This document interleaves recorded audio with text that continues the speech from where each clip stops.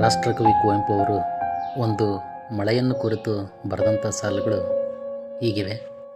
ಕದ್ದಿಂಗಳು ಕಗ್ಗತ್ತಲು ಕಾರ್ಗಾಲದ ರಾತ್ರಿ, ಸಿಡಿಲ್ ಮಿಂಚಿಗೆ ನಡುಗುತ್ತಿದೆ ಪರ್ವತವನ ಧಾತ್ರಿ. ತುದಿ ಇಲ್ಲದೆ ಮೊದಲಿಲ್ಲದೆ ಇಡಿದಂಬರವನು ತಬ್ಬಿದೆ ಕಾದಂಬಿ ನಿರಾಶಿ. ಹೊಂಬಳ್ಳಿಯು ಹೊಮ್ಮಿದವಲು ತಳ್ಳನೆ ಮುಗಿಲಂಚು, ಇರುಳಲಿ ಅಗಲಿಣಿಕಿದವಲು ಹಾವನಾಲಗೆ ಮಿಂಚು. ನೆಕ್ಕುತ್ತಲಿದೆ ಕತ್ತಲೆಯನ್ನು ಕುಕ್ಕುತ್ತಲಿದೆ ಭುವಿ ಗಂಡನ ಮಿಂಚಕ್ಕಿಯ ಚಂಚು. ಆಕಾಶವೇ ನೀರಾಯ್ತನೆ ಸುರಿಯುತ್ತಿದೆ ಭೋರ್ಭೋರನೆ ಮುಂಗಾರ್ಮಳೆ ಧಾರೆ. ಲಯ ಭೀಷಣ ಮಳೆ ಭೈರವ ಮೈದೋರಲು ಮರೆಯಾಗಿದೆ ಭಯದಲ್ಲಿ ಶಶಿತಾರೆ.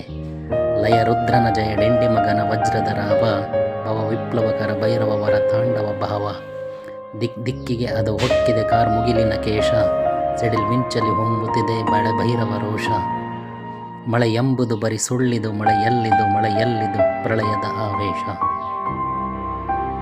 ರಾಷ್ಟ್ರಕವಿ ಕುವೆಂಪು ಅವರು ಒಂದು ಮಳೆಯನ್ನು ಕುರಿತು ಬರೆದಂಥ ಸಾಲುಗಳು ಹೀಗಿವೆ.